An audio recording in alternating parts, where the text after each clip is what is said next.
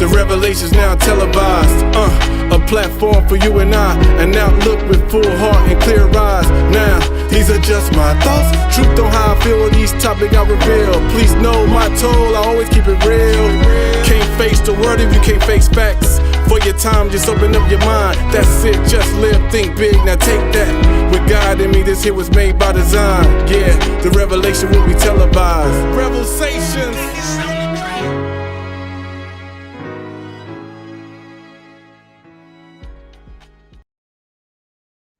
Welcome back to the REVELSations Podcast. It's your boy Rev. Please subscribe, rate, and review wherever you get your podcasts. You can follow us on all the social media platforms. That is at the REVELSations Podcast. That is on Facebook, Instagram, and TikTok.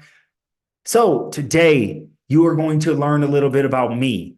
There's going to be part 1 and part 2 where my friend, I call her my friend, but I don't necessarily know because I keep asking her to come on my podcast as a guest. And her and I just have a conversation because she's one of the most intelligent people I know, very hardworking. But today she's going to interview me. I know it's going to be part 1 and part 2 because me and her talk a lot and I know this thing is going to go long. It just does all the time. So this will be part 1 of a 2-part interview where you will learn a little bit about me and all of my quirks and things. I don't necessarily know what she's going to ask. So it's going to be rapid fire. So sit back and relax and enjoy the show. This will be a little lighter, not some of the heavier topics that I discussed, but I still think you will enjoy it. Share this with somebody else. If you're on YouTube, please hit the subscribe button, like, and drop a comment. Let's get to it, learning about Rev on the REVELSations Podcast. All right, folks. As I said, I have my very good friend, one of my best friends in the whole wide world, on the show with me. Her name is Katie. Hello, Katie. Welcome to the REVELSations Podcast. Hi, glad to be here. Thanks for having me. Now, I'm going to get on you a little bit. I've been trying to get you on not just this podcast, but other podcasts that I have, the Black Minds Matter podcast with Matt, for years. And my lovely friend here has denied me access, but I finally got her. So I'm really happy about this. But as I said in the intro, this will be a little odd, but that's what the REVELSations podcast is about. It's about stretching, growing, trying things for the first time. So even though Katie is here with me live and in the flesh that you all can see, we're going to talk about me. And then I'm going to convince her to actually come on and you'll find out how fantastic she is. One of the most brilliant people I know. Yeah, that's not even a question, not even a debate. Anyway, so we're going to do some rapid fire questions. I guess you're going to ask me some things so the folks can get to know me. Yep, that's how it's going to be. Some are rapid fire. Some might be a little bit more in depth. Fair. And I don't know any of these questions. I can promise you that. She did text me and say, do you want to know some of the questions? I'm like, nope. So shock me. So fire away. All right, great. We'll jump right in. I'm going to start with communications for you, just because this is a big topic that we talk about on a regular basis. Uh-oh. But for as long as I've known you, we started texting. That was sort of how we started communicating. Yes. Then we moved to, I don't even remember what that talk box, what was the second platform? Yes, it was. Throwback. And then we moved to Marco Polo. So yes. you are that kind of friend that's like, I'll do anything for you, but I will not answer a phone call for you. Yes. And yet you're on all of these platforms. You were the first to TalkBox. You were probably one of, if Marco Polo were to go through their users, you have to be one of the early adopters of Marco Polo. That is true. So I'm going to ask you why those forms of communication, 1, and 2, what do you think makes you such an early adopter? Well, the early adopter piece I can ask, I don't scare easy. I'm willing to try new things. And that is actually a revelation of something that I had to work on. I've always been risk averse, but trying new apps and things doesn't necessarily scare me because there's no risk involved. And I must admit, a part of the reason why I'm one of the first to do those things is because I will do anything to not talk on the phone to any human being ever. I do not. I do not like talking on the phone. I don't. I've been trying to figure out why. I know that WhatsApp and TalkBox and all these different platforms where I can use my voice to talk and even video to talk. I like them better because I got to be honest with the people. I get to control when the conversation is happening. I get to control when I reply. I get to control when I receive the information from you or anybody else. But on a phone call, I'm sort of stuck. I have to talk to this person at this time. They called me. We are on the phone. So if you love Rev, text me, Marco Polo me, WhatsApp me, send me a voice note. Do not call me. Now, I have somebody who is very important to me, somebody I love very dearly. He does not get the memo. He calls me. I love my cousin. I do. But you know what? God always has one person that's going to be a thorn in the flesh. So there you go. Yep, absolutely. So the other great thing that I know that comes along with Marco Polo, I don't remember if TalkBox had it, is the ability to listen/watch in 2x speed. So I know you and I both operate this way, but what is it about your mind working at 2x speed and your need to listen to things and to have people talk at 2x speed? I'm the most impatient person in the world. That's why you're laughing, because you know that. I am the most impatient person God has ever created in the history of humankind. So everything should be in 2x speed. If you are communicating with me, and you know what, I'm guessing you'll have a question about how I want questions presented to me and how I answer questions, just because I know how your brain works. But yeah, I want to get straight to the point. I don't like the fluff. So when I'm listening to something, be it your messages, be it messages from other people, I want it to come to me as fast as possible. So, but I don't really know the reason for that. I don't know what I'm rushing to. It's like I'm in a hurry to go nowhere, which my mother used to tell me, boy, you're always in a hurry to go nowhere. You're not going anywhere. You're just in a hurry to do it. But yeah, 2x speed. I listen to everything on YouTube in 2x speed. All my podcasts. I cannot listen to music in 2x speed, but I have watched a movie on 1.5x speed. And you, Katie, I cannot listen to your Marco Polos on 2x speed. It has to be 1.5x speed because you talk too fast. I find the same with you in many ways that I want to say, all right, slow it down. I got to tone him down a little bit. Yes. All right. So now thinking about some things that you say, things that you have been known to say. Let's talk about some revelisms. Yes. There's a list, right? There's a list. Yes, I pulled out the list. Now it's shorter than what I thought it was going to be. Okay. And some of them were just cultural things that I didn't necessarily know that you introduced me to, which again, we've talked about in potentially other episodes. But we're going to run through a couple of them here. Okay. It's like trying to do a 180 in a tugboat. Yeah. So that trying to turn around a tugboat 180. Well, a lot of people first say things like, I did a 360, and I'm really annoyed with cliches that don't make sense, because a 360 means you're in the same place that you started, right? And turn right back around. As well. You like the cliche thing is it. So a tugboat is this really large boat. It's really hard to turn that thing around. So, trying to change somebody, like trying to make me be more patient. Why would you do that? I'm just going to be impatient, right? Why would anybody do that? Trying to make me impatient is like trying to do a 180 in a tugboat. It's going to take a really long time and a lot of energy and effort, and it's probably not going to be worth it. So that's what that means. It means it's going to be a grueling process to change something. And you should probably just accept it. So once the tugboat is going that way, just let it go. Changing it is going to be more trouble than it's worth. You don't believe that fat meat's greasy? See, this is one of those cultural things. It is. I know. This one is for sure. Every Black person, and I mean every Black people, hold on.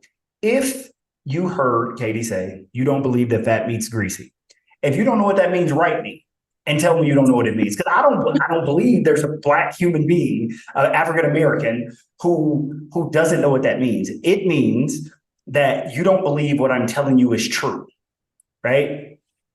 Like meat, especially with a lot of fat, it makes a lot of grease. And it's proven to make a lot of grease. And I'm telling you it's making a lot of grease, but you still don't believe me. So then you go get the fat meat, you cook it, and then, oh my God, there's a lot of grease. Well, you didn't believe the fat meat's greasy. That's what it is. A cultural thing.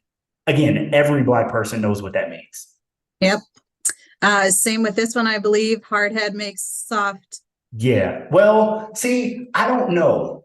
I think if I said it to a Black person, they would know what it means, but I don't think they've ever used it. I think it's one of those where you know how sometimes you know something, but you don't know you know it until it's said. Story behind this one. My mom said that to me. See, a hard head meaning you're not obeying makes a soft. She didn't say butt or tail. She said the A word. And whenever my mom cussed, which she rarely did, like to stop playing. So story, I was at church. We used to take the church bus because we were broke and didn't have a car. And my mom was like, hey, we're getting on the church bus and, be at the front door now or whatever. She was going to collect the rest of her children. I decided to do something else. And she left me. And she told one of the sisters of the church to tell Timothy to walk home. And if he got a ride from somebody else, he would be in trouble. Well, I don't like getting whoopings. So I walked. I'm like 11. I walked like 5 miles home, like seriously. And when I got home, Mom, why'd you leave me? And she said, well, one, you don't believe the fat meat's greasy, and a hard head makes a soft butt every time. And the only reason I did not get a whooping that day for being disobedient was because we had people over for dinner after church. And look at God protecting. Yes. That's exactly what that was. I was going to get the skin beat off of me. You hear me? But yeah, for disobeying after walking 5 miles. Yes. That's a story I have never heard before. I don't think. Well, that is the truth. That's my mama. So I'm not going, she's with the Lord. I'm not going to say anything against the lady. That is the truth. Yeah. That happened. Birdie doesn't mess around. At all. Nope. Okay.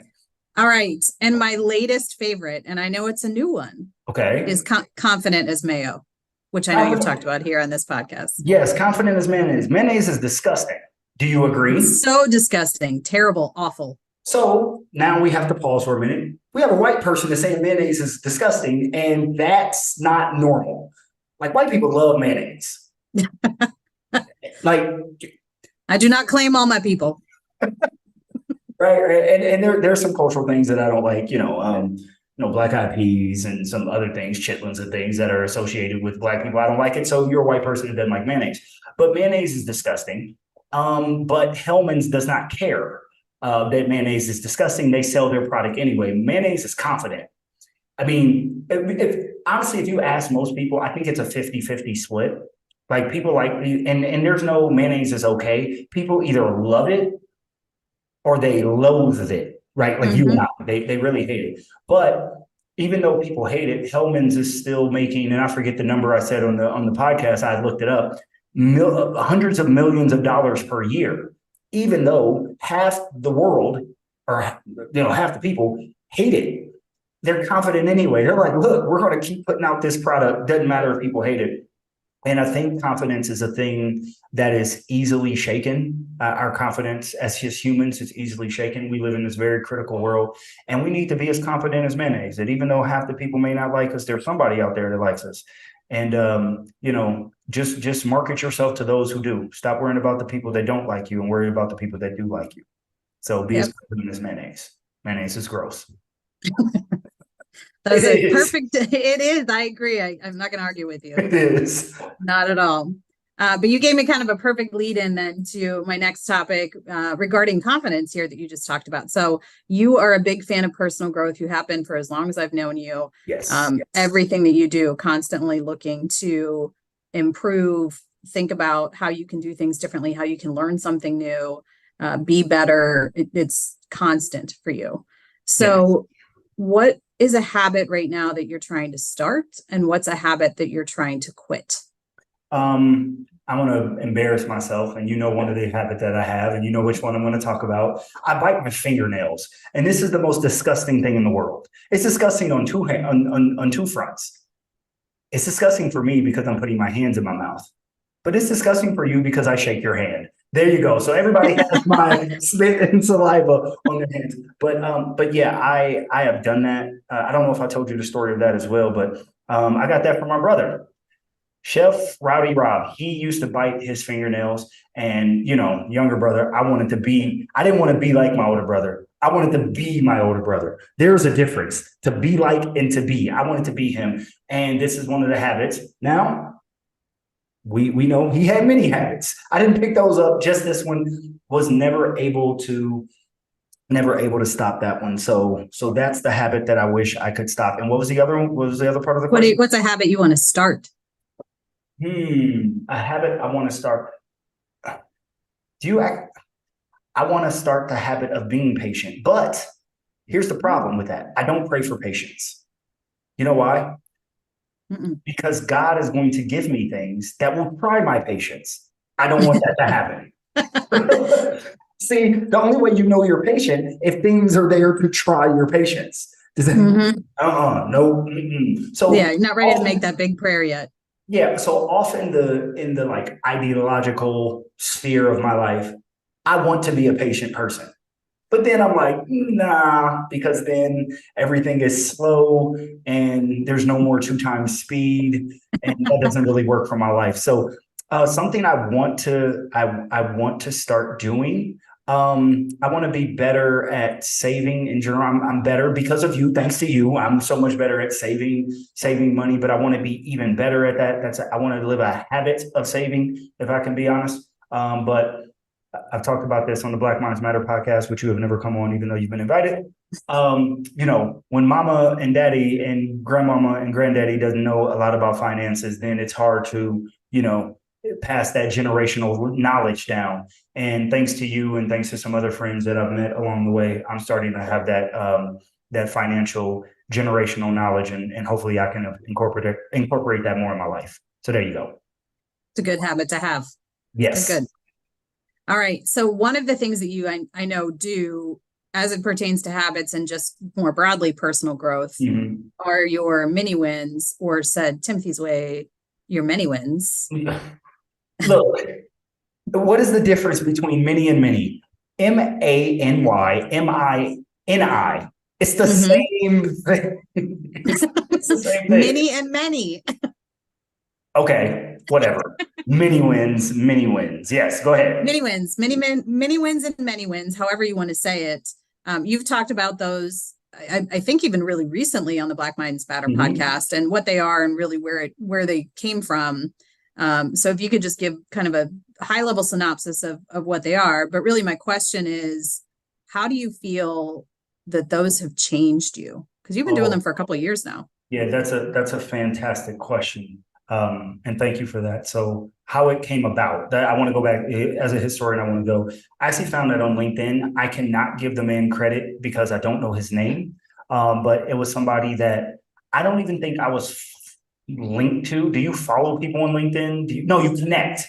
You connect with some people and then you follow others. So I was connected to somebody who was connected to this guy.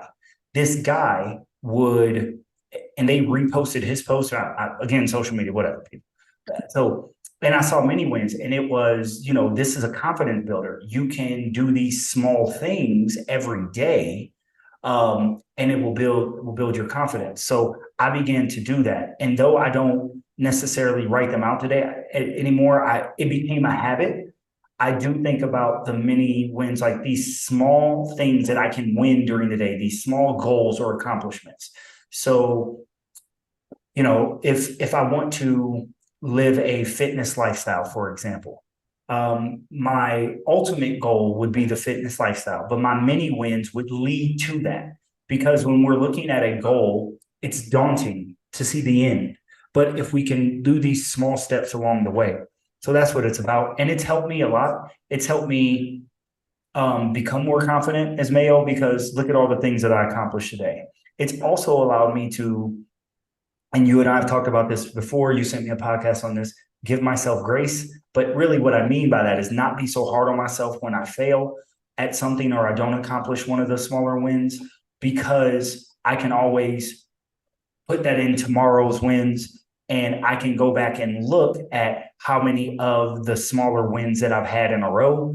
And I'm like, hey, I've done 30 of these things in a row. Okay, I missed 31, but I can still go back. And when I was writing them down every day, it was keeping a record as well, keeping a record of the things. So it was a good motivator, because during the time where I started that, It was some dark times in life. Lost a lot of people. People walked out of my life. People died.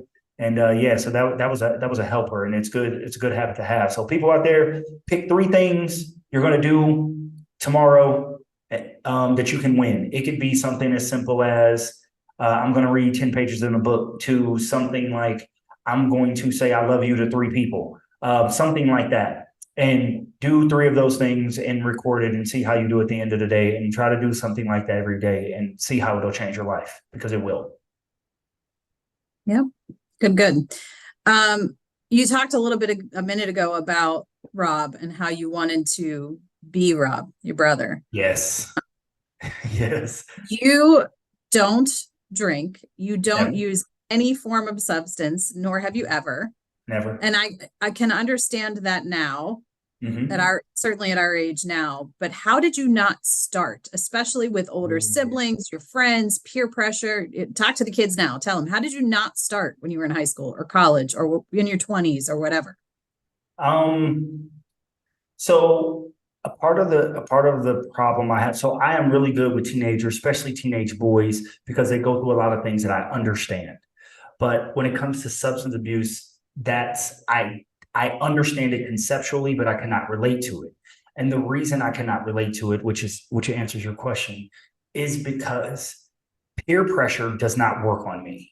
And that is the thing. That's like my superpower of all superpowers. I really don't care what everybody else does. I'm just going to do what I do. Now, why doesn't peer pressure work on me? This will get back to my brother and my sister. These were the most pressuring human beings of all time. When I left the house and got around my friends and they talked bad about me because I wasn't cool, it was nothing like what I was suffering at home. My brother and my sister were relentless. They were horrible. Now, I love these people to death, 2 of my favorite human beings ever, but they were terrible.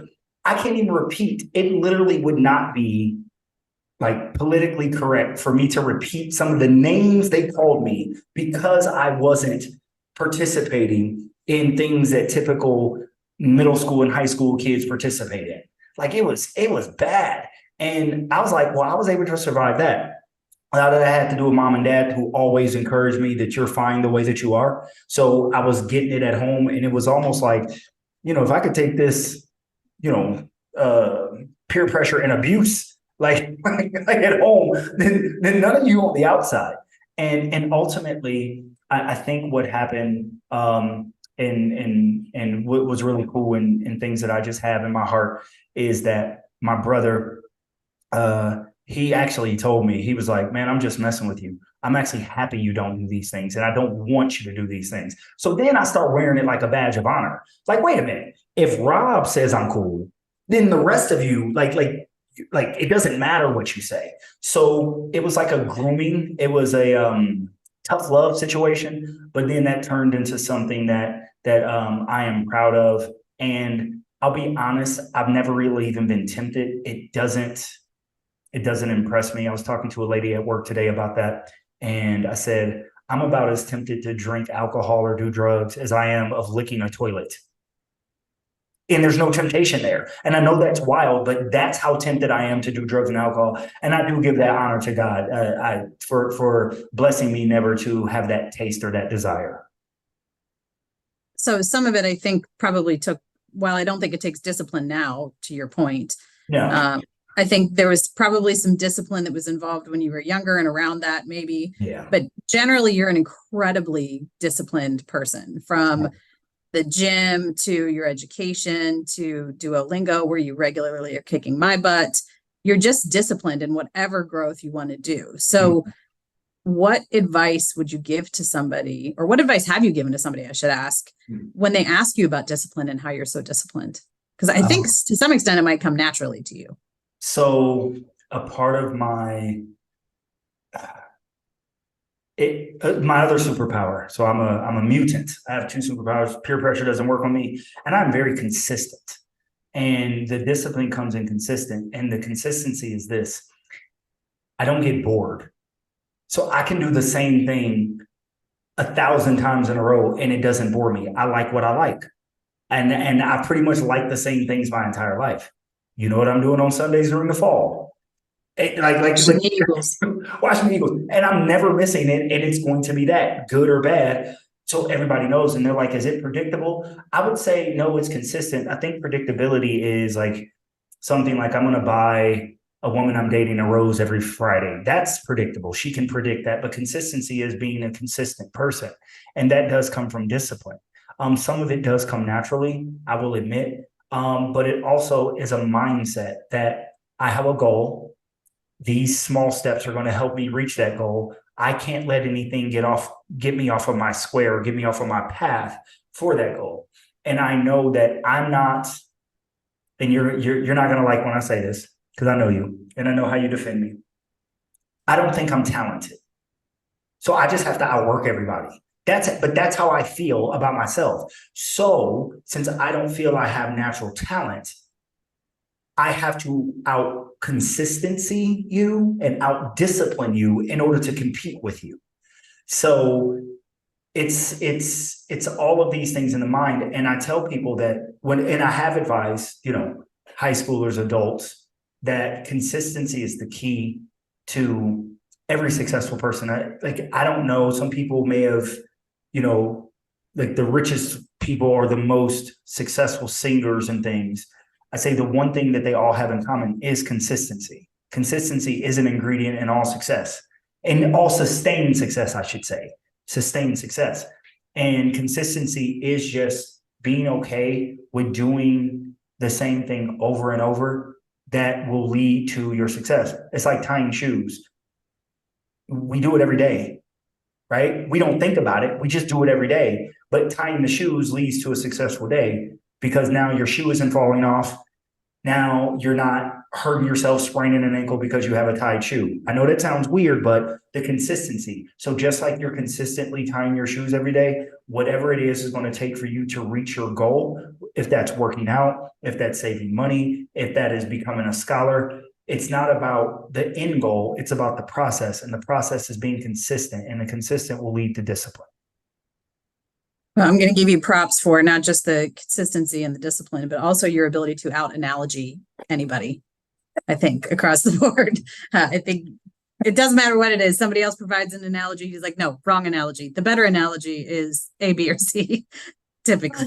I'm so mad. I need to stop. But yeah, I do that. Correct. Yes. So it's interesting to hear you say it that way, because it almost seems like when you, let's say now, whether it's a guy in the gym or a guy on the street or whatever, that you can tell you probably have more consistency. You probably have more discipline. Mm-hmm. I know you're competitive on the football field, but I don't know that you're an incredibly competitive person naturally. No. But what is it that still keeps you going then? Because you could probably look at 6 different guys, 10 different guys and be like, okay, well, I'm fitter in that way. I'm more educated in this way. Mm-hmm. And yet you still maintain that some level of discipline, even despite where you are now. If I stop, I will fall off. That is what I believe. And I am not, like you said, I'm not competitive in life. Like, I don't need a bigger house because my friend has a bigger house. I have a friend of mine. You know him. He'll remain nameless. My friend in Austin. He does very well, owns his own business, all of that. He is younger than me by 10, 11 years. He is way more financially successful than I am, but I draw inspiration from him. I don't try to compete with him. Is that there's a difference, and I'm not jealous of his success. I think it's awesome that he's successful, but I'm not trying to compete with him. But I know that in order to keep what I have to work really hard, because I have to work really hard to get what I have. So that's why I can stay consistent, because I don't want to fall off and I don't want to fail me. It's my standard, which is good and bad. My standard helps me a lot. That's what the peer pressure doesn't work on me. But my standard has also led me to some therapy sessions with Courtney. And she's like, why are you so hard on yourself? And I'm like, because my standard is different than everybody else's. So that's a part of it, but it's all a mindset. And if I'm in the gym, and even if I see a man who I'm in better shape than, I think that all he has to do is work out 2 days and he'll be in better shape than me. And if I stop working out for 30 minutes, I'll completely fall off. So it helps me stay consistent. Yeah. Interesting mindset. Yes. Maybe more to talk to Courtney about there. Maybe a lot more. This is why therapy never ends. Yep, exactly. All right. So you just celebrated another birthday, and I know 42? that's right. Exactly. I wasn't going to reveal your age, but you did. So. Okay. It's a blessing. All right. So birthdays are a big deal to you. They always have been a big deal to you. And I know since Rob's passing the day after your birthday a number of years ago that they're even more important to you. And you now take those not just as a celebratory time off, but also as a really reflective time. So can you share a little bit about, what you reflected on this year and what you're looking forward to heading into year 42? Well, 42, my Jackie Robinson years, one of my friends said, which was really cool. I am now 4 years older than my brother was when he passed. So I've outlived my brother by 4 years, which is weird. Like, that's strange. It was 7 years ago that he passed, but that's strange. That's hard. Like, that's hard. And he did pass the day after my birthday in 2016. So it is celebratory. Now, the celebratory part is that God has given me another year. So it's really my new year. I don't really celebrate New Year because it's not my new year. It's a new year. My new year is October 14th. Hey, so whatever, again, my own standard. And I spend that day doing what I like to do, but I really spend that day praising God because I'm still here and I actually like living. Living's sort of cool. It's a good thing. Don't want to be on the other side. Even though the world is going crazy, I want to keep living. So it's just praising. And I was talking to AJ and I was telling him that I believe God gets pleasure out of seeing his children happy. And I'm happy on that day and I'm enjoying my life. And that's what I do. The reflective part is tough because it's not just Rob. Because when I think of Rob, I got to think of mom. When I think of mom, I got to think of dad. When I think of dad, I got to think of granny. And when I think of granny, I got to think of pawpaw. And we can just keep going. And folks, I'm not making that up. I can name 25 people. I could have just kept, and Katie's been with me through all of these, and I could just keep rolling, right? So it's really tough. But this year was grateful, thankful, even though all the pain, thankful for the time. I got 35 years with my brother. I got 39 with mom. I got 34 with dad, with my stepdad, right? So it's just these moments in thinking, taking time to look in the rearview mirror of life and look at all the things that I've been through, all the places that I've come from. Of course, we want to live life by looking in the windshield, but looking in that rearview mirror is very important. And when you begin to reflect on the things of the past, the people of the past, my heart fills with joy and gratefulness that, I've been through some tough things, but again, I've been through them. I'm not in them. And then the people along the way, it was better to have 35 years with Rob than have none at all. It was better to have 39 with mom. It was better to have 34 with my stepdad. So I got that. At least I got something. And that's how I approach it. Makes sense. Well, you're talking about a lot of people who are really important to you, not just your family, but other folks in your life as well. So this is a throwback. Okay. So if you remember this, or if it still holds true today. Okay. You talked about relationships at one point Mm-hmm. in 4 C's. Do you remember what they were? The 4 Community. Oh, yeah. Community, church, crew, and core. Yes. Yep. Yes. So what are those? And does that still hold true for you today? Oh, absolutely. Absolutely. Community is so I'll take my life, for example, and I work in a school. So community is they're the teachers I work with. They're the students I teach. They're my community. I have some type of relationship with them. We are communal. We share something. We have a common goal. We want the students to be successful. The students want us to want to be successful. Well, most of them, some of them don't, but that's life. And there's a shared experience, but it's on the peripheral of life, of your real thing. And then you have your church. Your church is more people that know you a little bit better. So I have some friends that I play basketball with, I'll go watch games with, and things like that. We share a little bit more intimate, but not necessarily all the way intimate. They can know some of the things I'm going through, but I would never cry on their shoulder. Then you got your crew. Crew, these are the people you kick it with when it's time to have fun. They may know your mom and them. They come over, they have your barbecues, because you can't invite everybody to your house. Like, that's not gonna work. So they're a little bit more intimate. You might even go on vacation as a group with these individuals. So that's your crew. And then you have your core. And your core, these are the people that one of the colloquial terms, they're in the foxhole with you. These are the people that, they're not there to bail you out of jail. They're in jail with you because they helped you bury the body. These are the people. And yeah, I do have a core, and there you go. So yes, I hope that helps you guys understand. And I believe we all have those type of relationships, those larger global relationships, those relationships that are a little bit more intimate. You may share some beliefs. Those people that are your friends, you rock with them a little bit, and then you got those people that when crap hits fan, these are the folks, and that group is typically small. Yeah. And do you think people move in and out of those throughout the course of your life? Have they, in your experience? Yes, my core has pretty much been the same for a long time. I don't think my core changed. My crew changes oftentimes. My core is pretty solid. Of course, my community changes depending on where I go. Like, literally, like where I live changes my community. Even my church. When I say church, I don't mean religious space. I mean those people that are not only people I work with, but people that I have some conversations with that are a little deeper level.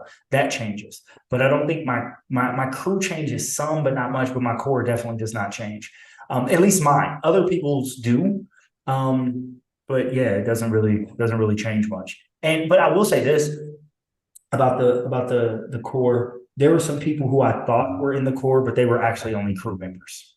I will say that. I misaligned those people, or I misassigned those individuals. So there you go.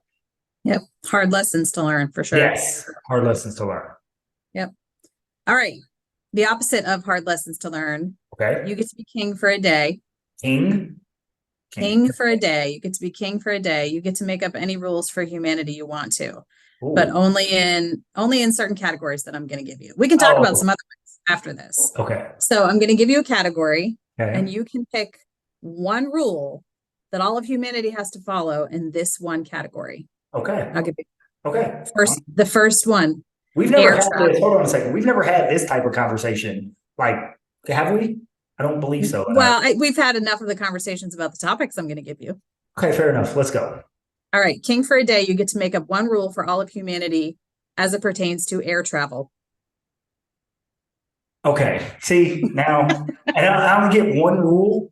One rule. You can talk about all of them, but you got to pick one. Oh, okay.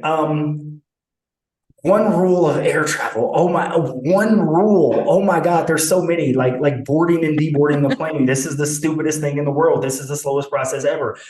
Short people who cannot put their bags in the overhead compartment. What are you doing? I know, yes, you're one of them. Hairy people that sit next to me and their arm hair is touching my arms. That's gross. There's so many things. I would say I would,